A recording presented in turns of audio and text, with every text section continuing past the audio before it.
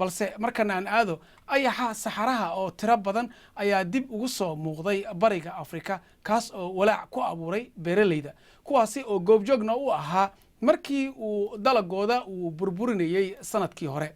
hay-adda la yiraahdo qaramada midoobay ee FAO waxay sheegtay in ayaxani uu yahay kii uu sanadkii hore ku dhashay dhulka bariga ku yaala Ethiopia iyo qaar ka mid ah bartamaha wadanka Soomaaliya oo u dhaqaaqay dhinaca xeebta. hay-adda waxa ay ka digtay in ay ku sii fidi karaan Kenya oo ay sii gaari karaan bishan Tanzania, South Sudan iyo wadanka kale ee isla geeska Afrika ku yaala Uganda.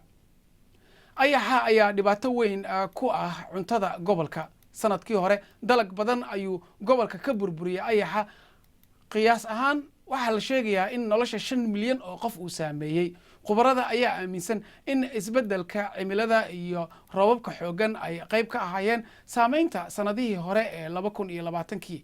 sidoo kale khubarada waxay sheegayaan in toddobaadyada soo socda uu ayaxani kori karo isagoo isla markaana uu ku reebi karo dhulka. hay-adda qaramada midoobeyna waxa ay kula talisay dalalka uu saameeyay in ay tallaabo ka hortago degdeg ay qaadaan si ay isugu dayaan in la xakameeyo ayaxa iyo ukumihiisa.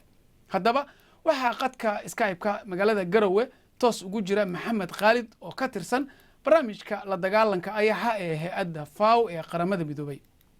Maxamed, soo dhawow. sida aad warbixinteena ku maqlaysayna waxaa la sheegay oo idinkaba sheegteen qaybo bariga Afrika ka tirsan wadamo badan oo Soomaaliya iyo Ethiopia ay ku jiraan uu ayaxa ku sugan yahay. marka khatar intee leeg ayuu ayaxani ku keeni karaa? aad iyo aad ayaa u mahadsantahay Cismaan. waa salaamaya dhammaan daawadayaasha barnaamijka.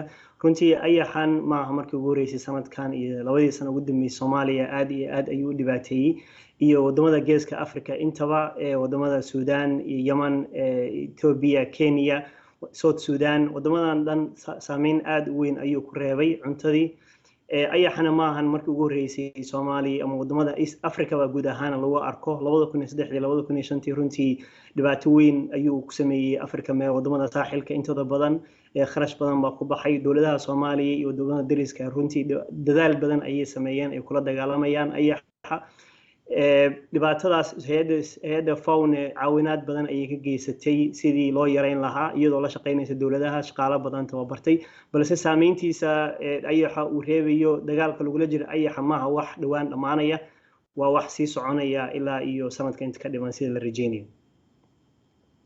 taliyay waxyaabaha ka mid ah in lagu dadaalo oo ka hortag la sameeyo intaysan arintu faraha ka bixin. marka hadda ayaa la joogaa dalagii weli ma uusan cunin. marka maxaa hadda socdo la qabanaya?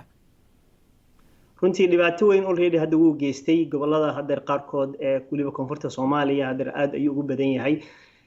waqtigan hadda Soomaaliya hadda lagu jiro oo bishan ah waxa lagu jira waqtigii uu dhalayay. waqtigan hadda waxa laga yaabaa bisha soo socota inay soo kaco mawjado cusub oo ayaxa kaas runtii uga baqayn in dhibaato kale oo weyn u geysto dalaga. ayax mawjado kale oo ayaxa ayaan laftigeeda aad looga baqsay inay ka yimaadaan wadamada Yemen kadibna iyo Ethiopia kadibna u soo gudbaan Soomaaliya. qaar way u sii gudbi karaan dhinaca Kenya.